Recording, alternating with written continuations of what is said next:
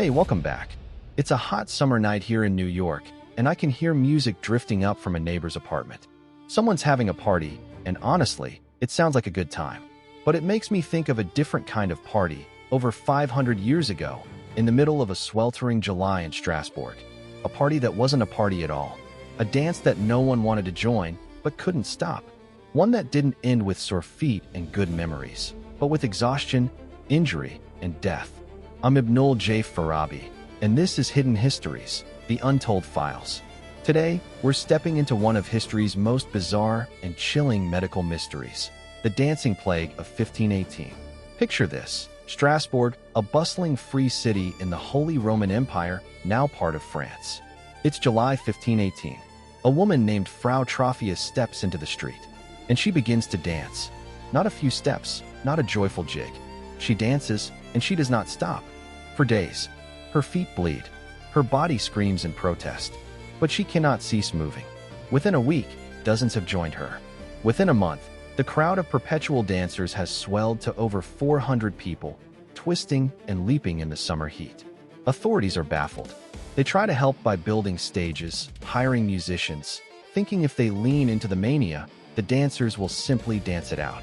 But it only makes things worse. People are dying. From heart attacks, strokes, sheer physical collapse. The city is in a panic. How did this happen? And more importantly, why? To understand the terror of 1518, we need to understand the world these people lived in. Strasbourg was not a happy place.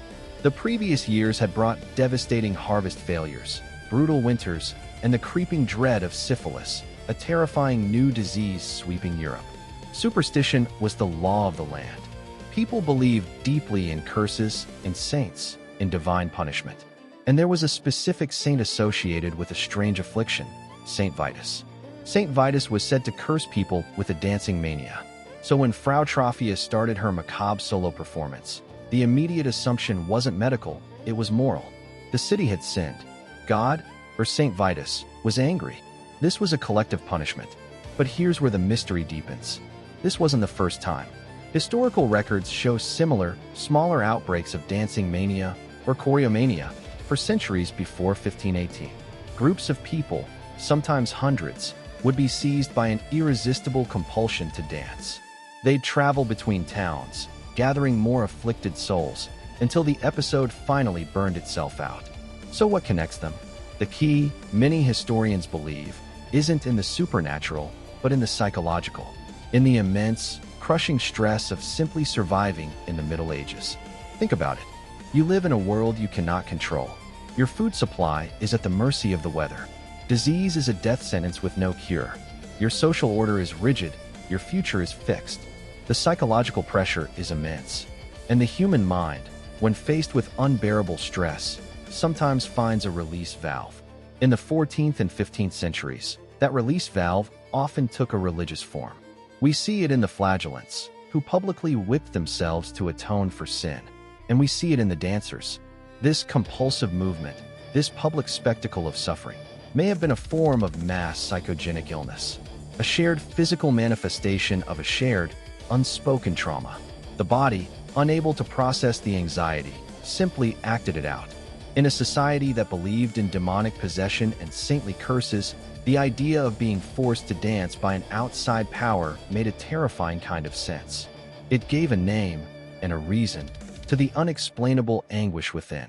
Now let's talk about the city's response, because it's a fascinating, tragic lesson in misdiagnosis. The officials saw the dancing as either a curse to be lifted or a disease to be sweated out. So their solutions were perfectly logical and perfectly wrong. First, they banned all sinful activities like gambling and prostitution, hoping to appease Saint Vitus. When that didn't work, they tried the opposite approach. They built a huge wooden stage next to the horse market, hired professional musicians and strong men to keep the dancers upright, and essentially created a 24/7 dance marathon. The theory was that if they danced day and night, they'd break the fever and recover. Can you imagine the scene? The blistering sun, the relentless beat of drums and pipes, the smell of sweat and blood and fear, the dancers' hollow eyes. They weren't curing a disease, they were fueling a hysterical fire. It was a catastrophic failure of understanding. So what finally stopped it? The accounts are sparse, but they point to a gradual end. The dancers were eventually loaded onto wagons and taken to a shrine of Saint Vitus in the nearby mountains. There, they were made to wear red shoes. Some accounts say they were dipped in holy water and pray for deliverance. And slowly, the mania subsided. The combination of removal from the stressful environment of the city, the powerful ritual of the pilgrimage, and the sheer physical exhaustion of the participants likely broke the spell. The psychological loop was interrupted. The story fades from the records after that. The dancers returned to their lives, forever marked by the summer they couldn't stop moving. Sitting in my apartment, with all the comforts and explanations of the 21st century at my fingertips, this story hits me in a very personal way. As an engineer, I'm trained to look for logical, systematic causes. But as a human, I understand that we aren't always logical systems. We're stories and stresses and fears wrapped in skin. What gets me about Strasbourg isn't just the bizarre spectacle, it's the profound loneliness of it. Those people weren't just dancing, they were screaming with their bodies. They were expressing a pain for which their world had no language, no diagnosis, no therapy. We do that today, don't we? Our bodies still manifest our stresses, our anxieties, our collective traumas in ways we're only beginning to understand. We just have different names for it now. The dancing plague of 1518 is more than a weird historical footnote. It's a stark reminder that history isn't just about kings and battles and treaties. It's about the human mind under pressure. It's about the stories we tell ourselves to explain our suffering, and the sometimes catastrophic lengths we'll go to in order to find relief. It shows us that the line between the mind and the body, between the individual and the crowd, is far thinner and more porous than we'd like to believe. So the next time you feel a song move you, and you step out onto a dance floor, just for a second, remember Frau Troffea and the 400 souls of Strasbourg. Remember that the urge to move is ancient, powerful, and sometimes carries a hidden weight.